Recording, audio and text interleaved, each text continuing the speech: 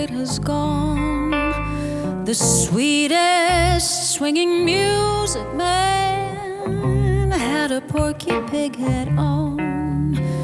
A bright star in a dark age, when the bandstands had 1,000 ways of refusing a black man admission. Black musician, in those days they put him in an underdog position. They put him in cellars and chitlins when Lister took him a wife. Arm in arm went black and white, and some saw red and drove them from their hotel bed. Love is never easy. It's short of the hopes we have for happiness, bright and sweet. Love is never easy street. Now we are black and white, embracing out of the lunatic New York night. It's very unlikely we'll be driven out of town or be hung in a tree. It's unlikely tonight. These crowds are happy and loud. Children are up dancing in the street. The sticky middle of the night summer serenade of taxi horns and fun arcades, where right or wrong on the neon every feeling goes on. For you and me the sidewalk is a history book and a circus, dangerous clowns balancing dreadful and wonderful perceptions that have been handed day by day for generations on down.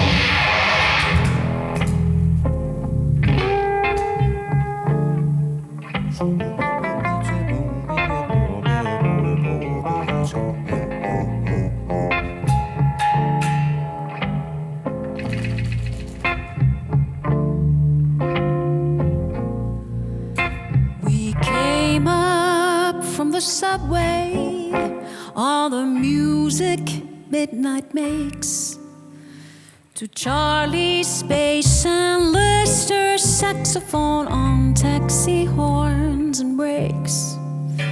Now Charlie parties down in Mexico with the healers.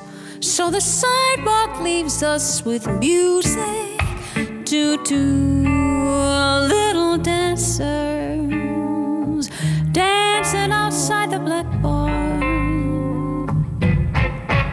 There's a sign upon the awning. It says pork pie hat bar. And there's black babies dancing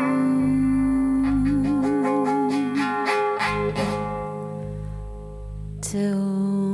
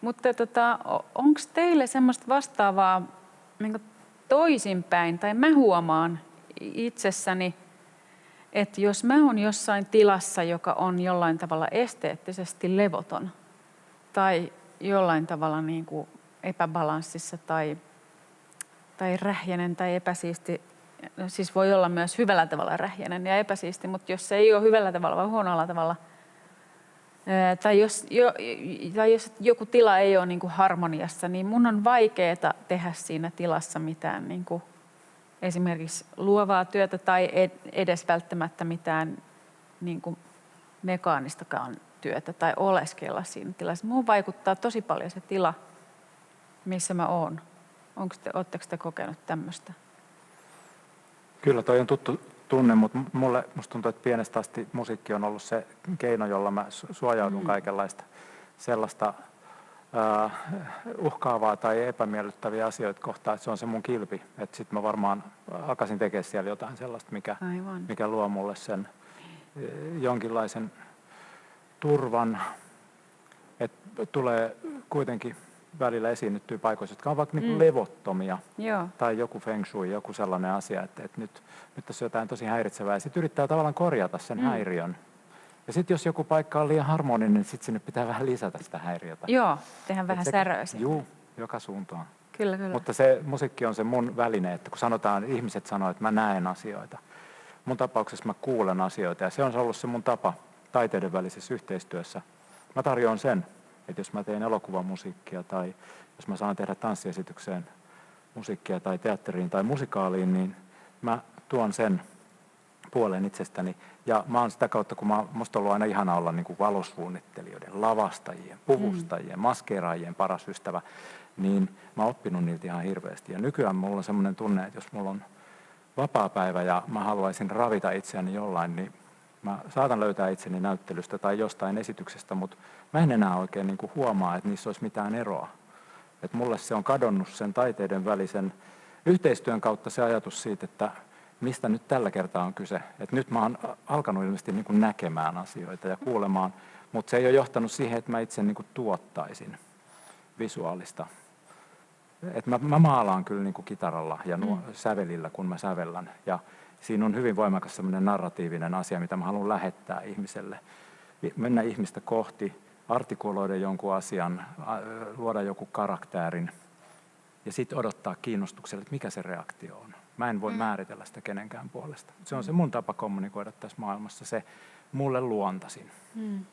Niin, sun musiikissa kyllä tulee hyvin esiin jotenkin semmoinen draamankaari, ja että sitä voisi ehkä verrata just semmoiseen esitykseen, jossa on erilaisia huipentumia tai kasvatetaan jotain teemaa tai sitten välillä se jää taustalle joku asia, joka nouseekin lopulta tärkeäksi. Joo, mutta käsityötä se on. Ei se sen kummempaa. Se tehdään siinä hetkessä mielellään ja siihen aina liittyy se halu kommunikoida. Ja mä rakastan niitä säröjä, mitkä sulla tulee usein ihanasti esille, kun sä maalaat ensin upean lyyrisiä, todella kauniita maisemia ja sitten tulee joku todella säröinen tai vinksahtanut tai niin kuin räjähtävä soundi kesken kaiken tulee johonkin. Mä rakastan niitä, ne on todella makeita. Se on varmaan sellaista moniulotteisuutta, mitä hakee. Et on kiva, että jotkut asiat on lähellä ja ne on herkkiä ja käsin kosketeltavia. Sitten on jotain eteeristä ja sitten on ehkä jotain ennalta arvaamatonta tai vulkaanista tai karkeata. Ja sitten yhtäkkiä se niiden kaikkien kauneus näyttäytyy, että siitä syntyy joku sellainen kolmiulotteinen vaikutelma, että ne saa kaikki olla sulassa, sovussa tai ristiriidassa keskenään ja se herättää toivottavasti sen kokijan mielenkiinnon, koska kyllä mä oon kiinnostunut siitä, että mä herätän mielenkiinnon, että mä aina mietin jotain teosta, että mitä mieltä mä oon tästä, niin tämä teos herätti uteliaisuuteni, se riittää. Se mitä muuta se aiheutti, niin mä oon jo niin kuin vahvasti plussan puolella. Tämä herätti minussa uteliaisuuden, voimakkaan uteliaisuuden ja jotain muuta. Niin, se on ehkä semmoinen hassu niin kuin, olettamus usein, että esimerkiksi nykytaiteesta sun pitäisi tietää hirveästi niin kuin kokeaksesi sitä. Että tämä on jotenkin semmoinen, mihin törmää koko ajan. Ja mä haluaisin aina sanoa kaikille, että luottakaa siihen omaan niin kuin vaistoon.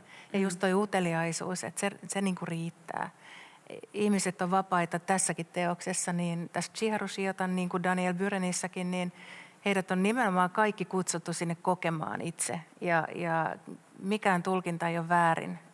Eli tavallaan niin kuin se ehkä vaatii ihan pienen semmoisen, just sen pienen avautumisen tai heittäytymisen, mutta ei oikeastaan sen enempää. Joo. Lapsenomaisella uteliaisuudella voi ottaa myös vastaan sellaisia asioita, jotka ei ole niin kuin itselle.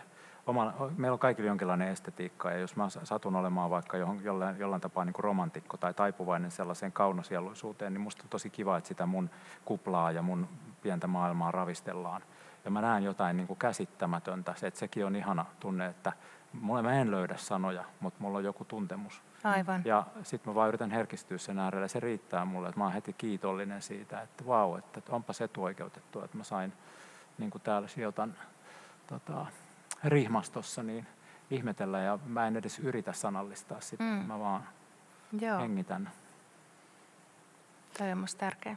Joo, ja toi on ikuinen ja tärkeä pointti toi, että ei tarvi ymmärtää ei sekä musiikkia että taidetta. Musta se olisi tärkeää tavallaan myös taiteen tekijänä muistaa se, että pyrkisi tekemään semmoista taidetta, joka ei vaatisi ikään kuin researchia katsojalta tai kuulijalta, jotta hän voisi sen ymmärtää. Siis en tarkoita sitä, että pitäisi jotenkin yksinkertaistaa tai banalisoida sitä taidetta, mitä tekee, mutta että pysyisi se semmoinen niin kuin avoin mieli siinä tekemisessä ja myöskin jäisi tavallaan sitä, ei ole mitään järkeä tehdä taidetta, jos täytyy olla niin kuin kauhean korkea tietotaso, jotta sitä voisi ymmärtää ja sen kautta kokea. Se kokemushan on se siinä niin kuin, kuitenkin siinä avainasemassa.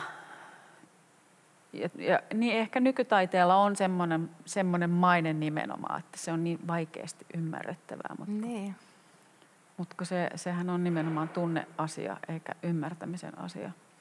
Niin, tai sitten voi olla niin, että siihen tulee ikään kuin yksi leijeri lisää, jos satut tietämään jonkun asian. Ja Niin. onhan se tietysti pätee musiikissakin, että mä itse mietin just jotain Chopinin elämänkohtaloita joskus, että se itse asiassa joskus antaa mulle siitä musiikista vähän lisää, kun mä satun tietämään sen. Mutta se ei ole mitenkään välttämätöntä. Nimenomaan, Pystyn joo. nauttimaan sit täysin ilman, että mä tiedän. Mutta että Joo. tokihan niin kuin kuvataiteessakin voi olla, että jos tuntee Daniel Burenin niin kuin ajatuksia ja kirjoituksia, niin sitten siitä saa vielä jonkun extra layerin lisää. Mutta Ja tuossa on sitä ei tärkeä pointti tarvitse. se Jarmon mainitsema uteliaisuus. Kyllä. Että jos saa sen elämyksen siitä teoksesta, niin se uteliaisuus herää myöskin tietää siitä enemmän, että miten tämä on tehty ja mikä tämä on ollut tämä ajatus tässä takana. Joo, ja me resonoidaan jotenkin sitä aikaa, missä me ollaan, mutta sitten myöhemmin tarkasteltuna tai jotain teosta tarkastellessa, kun pääsee sukeltamaan siihen aikaan, missä se on tehty, niin se tuo esimerkiksi mulle usein semmoisen lisukkeen. Sen takia on kiva tietää taiteilijasta sen olosuhteista, siitä maailmankolkasta, missä se on tapahtunut, ja siitä ilmapiiristä, ja yhtäkkiä tajua, että täällä on paljon kaikkea sellaista, mikä alkaa resonoida. Ja se on musta viehättävää, mutta se miten esimerkiksi kuvataide on läsnä mun muusikon ammatissa on se, että mä oon ollut aina hirveän kiinnostunut siitä, että minkälainen lava-asetelma on, mitä laitetaan päälle, laitetaanko jotkut ihanat tuikut sinne soittimien keskelle, kuka tekee valoja, että se on ollut tärkeä asia, graafikko, minkälainen, siis ihan vaikka, niin kuin, että bändilläkin voi olla jopa semmoinen jonkinlainen logo. Mä rakastan niin kuin levyn kansien suunnittelua. Sen takia nyt tämä, niin kuin, että fyysisiä levyjä vähemmän nuuhkitaan ja ostetaan, niin mä tykkään ihan oikeasti nuuhkia levyjä ja tarkastella ja kuunnella sen alusta loppuun. Ja niin kuin se mun visuaalinen kimmoke tai ärsykkeet on niin kuin osa sitä, että mä istun alas ja otan sen vastaan. Et se on itse asiassa tosi monella alueella ja se on ollut mulle jotenkin aina läsnä, että kyllä mä haluan, että se mun musiikki näyttää myös niin kuin siltä, mitä se on. Et siihen voi vaikuttaa. Joku toinen voi tehdä mielettömän hienoa esimerkiksi musiikkia niin, että hän kokee, että sillä ei ole väliä. Mutta mulle myös esitys on aina niin kuin performanssi. Et musta on tosi kiinnostavaa, että miten se alkaa. Niin kuin alku, keskikohta ja loppu ja kaikki siltä väliltä. Et siellä on mahdollisuus luoda ainutkertainen tapahtuma. Ja se, kun aloitetaan nollasta, että mikä on se ensimmäinen asia, mikä me koetaan, onko se näyttämöllinen asia vai onko se joku ääni. Et joskus on ollut ihanaa, että kun ihmiset tulee saliin, niin siellä on joku valotilanne päällä ja vaikka mä sanon, että laitetaan joku ukkosmyrsky sinne ja se heti vaikuttaa siihen, että hetkinen, että tämä ei olekaan vaan konsertti, että täällä sataako täällä vai mitä täällä tapahtuu, että se mua kiehtoo ja tämä kaikki höpötys liittyy siihen, että mä oon ihan kauhean niin kuin inspiroitunut tästä paikasta. Ja mä usein huomaan, että mun ei tarvitse välttämättä mennä kollegan konserttiin saadakseni uusia ideoita. Että se voi olla just näyttely, jossa mä saatan niin kuin ajautua omiin ajatuksiin ja sitten mä oon jotenkin hirveän ravittu sen jälkeen. Ja sitten mä tiedän ihan tarkkaan, mitä mä teen mun taiteellani tai mun musiikillani seuraavan kerran, kun mä pääsen sitä tekemään, että se kirkastuu, eli resonoi. Kai se on sitten jonkinlaista varastamista. Pöllii ne parhaat energioiden, niin kuin, että hei mä haluan kvaliteettia kanssa jalostaa mun tekemisessä. Että mä en ole tainnut onnistua niin kuin kurkistamaan tohon suuntaan aikaisemmin. Eikö se ole enemmän kuin vaikutteiden saamista? Inspiroitumista, joo. Niin, Aina voi välillä kreditoida. jakamista. Joo. Niin kuin. Että tässä soi Gaudi ja tässä soi Scherfbeck.